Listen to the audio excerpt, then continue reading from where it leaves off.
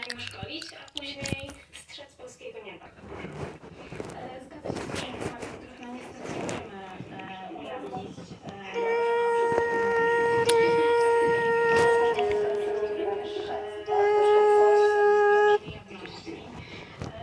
Ale staramy się jak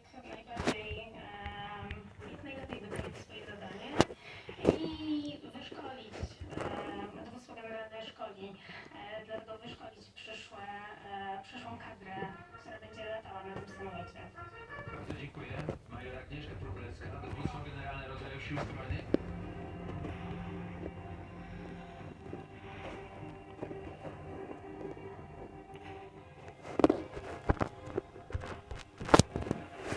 To jest właśnie ten czynnik.